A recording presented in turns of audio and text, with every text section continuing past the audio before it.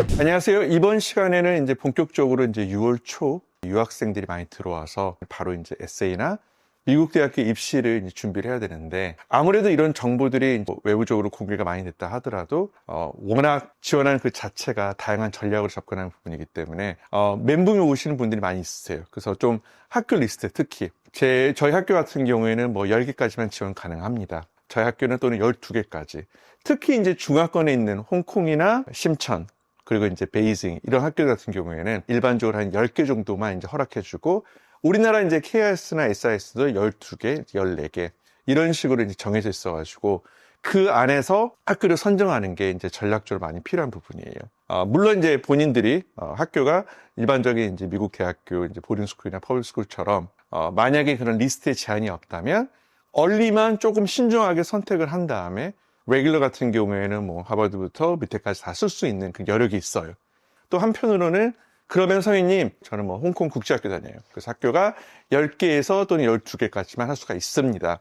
그러면 어떤 식으로 학교를 선정해야 될까요? 참고로 이것만 말씀드릴게요. 여러 번 제가 눈을 말씀드리지만 이 테이블은 학교에 대한 명성이나 얼마나 학교가 좋은지에 대한 랭크가 아니에요. 지극히 저의 경험으로 이제 주관적인 생각으로 그냥 들어가기 어려운 난이도 순서입니다. 그래서 첫 번째 그룹이 그냥 퉁 쳐서 똑같게 들어가기 어려운 학교들, 두 번째 그룹, 3번째 그룹, 이렇게 이제 보시면 돼요. 많은 학부모님들이나 학생들이 이 규칙을 알게 될 거예요. 3개는 위치 학교, 3개는 매치, 3개는 뭐 세이프티. 이게 하나의 이제 규칙처럼 사용하는데, 이거는 솔직히 학생들이 느끼는 현실이랑 카운슬러가 이제 제공하는 부분은 좀 현실 괴리가 커요. 그 이유는 세이프티를 굳이 30%, 거의 33%로 포트폴리오에 찰 필요가 없습니다. 그 이유가 어차피 세이프티는 붙으면 가기 싫은 학교들이에요. 그래서 이런 학교에 정말 투자할 필요는 없어요. 그래서 예를 들면 10개 기준을 해보죠. 제 학교는 10개예요.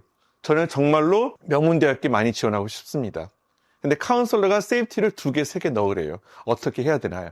그러면 제가 추천하는 거는 UC를 세이프티로 다 모르세요. 네.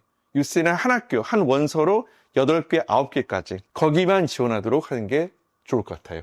그러면 이제 어느 정도 내신이 된다면 SAT 없이도 이 중에 한 군데는 되지 않을까. 근데 선생님, 저는 뭐 서부 가기 싫은데요, 세이프티로? 어차피 세이프티는 이렇게 생각하셔야 돼요. 세이프티는 어차피 가면 안 되는 곳이에요. 그래서 그 리스트를 다양하게 할 필요는 없고, 많이 이제 특히 이제 제한된 10개 학교가 자기한테 주어진다면 그 중에 한 학교를 UC를 이제 배정을 해가지고 나머지 9개를 자기가 가고 싶어하는 뭐 카네기 멜론, 뭐 조지타운, 코넬, 이런 식으로 하는 게 좋죠. 하나 예시로 이제 작년에 동남아시아 국제학교 인터넷스쿨에서 이제 프린스턴 가했던 학생이 있었는데, 그 학생이 좀 힘들었던 부분이 학교 리스트가 10개였었어요, 딱. 그리고 그 학생은 저는 제 성적으로 봤을 때 아이빌리그 이하로는 가고 싶지는 않아요. 저가 좀 논쟁이 있었던 부분이, 제가 저는 요거까지 추천했죠. UC는 포함되고. 하지만 카네기는 우리 지원해보자. 충분히 명문되고 가더라도 행복할 거고 너무 좋을 거야. 근데 그 학생 완강했어요. 저는 그렇게 아이빌리그 위주로 뭐 스탠포드 포함해가지고 이런 데를 9개 지원하고, 근데 만약에 다 떨어지면 UC도 샌디에고도 지원 안 했더라고요. 딱 2학교. 조금 자기 주장이 강했던 학생. 근데 그 학생이 논리가 어느 정도 나왔던 게, 만약에 제가 미국 대학교 다 떨어지잖아요. 그러면 저는 특례로 서울대나 연세대 지원할 거예요. 그래서 그렇게 얘기를 했을 때 저 같은 경우에는 각오가 이제 곁들어지는 그런 표현이기 때문에 제가 그걸 수긍하면서, 그래, 이제 그렇게 지원을 하자.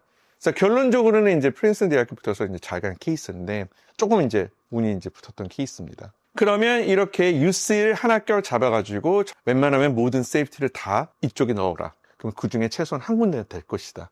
이게 이제 일반적으로 10군데 하는 부분이고요. 그런데 불구하고 저는 좀 불안해요, 선생님.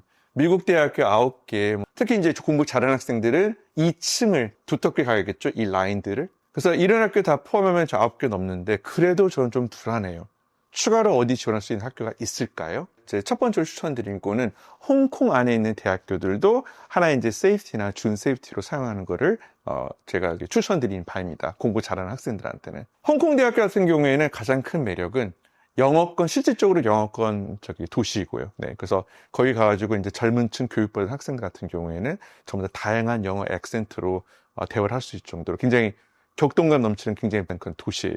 개인적으로 저는 굉장히 좋아하는 도시이고, 이제 첫 번째가 이제 보시면 알겠지만 이제 과기대 같은 경우에는 홍콩 달러를 20만 불, 하나로 따지면 거의 3,500만 원, 이게 학비이고, 그래서 요즘 이제 환율을 붙여가지고 미국 대학 같은 경우에는 학비만 9,500만 원, 그리고 기숙사비하고 용돈, 또 리빙 엑스펜스가 다 포함하면 1억 3천까지 매년 드는 경우입니다. 환율 영향도 크지만 그만큼 미국 이제 물가도 많이 올라갔었고, 거기랑 똑같게 이제 학비도 많이 이제 증가한 상황이기 때문에 예전만 하더라도 거의 이제 8,800, 8천만 원 정도로 이제 한 해를 보냈다면 지금은 진짜 급격하게 상승한 게 미국 대학교 이제 학비, 유학생 비용이에요. 미국 대학교에 좋은 데 가면 학부모님이 이렇게 얘기를 하세요. 빚을 내더라도 명문대학교에 보내주겠다. 그거는 걱정하지 말아라. 하지만 어설픈 미국 대학 간다면 그거는 우리 지원 안 해주겠다. 그럴 바에는 그냥 다른 대학교를 가. 굉장히 합리적이죠. 저는 개인적인 그 시각을 좋아하고, 저도 이제 굳이 그렇게 비싼 돈을 내고 파이낸셜을 안 받고 본인이 기준에 생각할 때 그냥 좀 어정분한 미국 대학교 갈 바에는 조금 이제 가성비가 나오는 그런 이제 아시아권 대학교, 어떤 영국 대학교, 그러니까 이제 토론토 대학교 이런 거를 지원하는 걸 추천하는데, 홍콩 대학교하고 홍콩 가기대의 가장 큰 매력은 이 학비도 있지만 사실 더 큰 거는 기숙사비가 엄청 저렴해요. 거의 한 300만 원에서 350만 원에서 650만 원 그 중간 사이예요. 물론 이게 4년 내내 보장된 게 아니기 때문에 추첨해서 떨어지면 그다음부터는 이제 고생이 시작이지만, 최소한 기숙사가 이제 있을 어느 정도 보장이 된 1학년 같은 경우에는 이렇게 저렴하게 기숙사비를 내면서 거의 연간 4천만 원 미만으로 훌륭한 교육을 받을 수 있는 게 홍콩 대학교하고 홍콩 과기대학교의 매력이에요.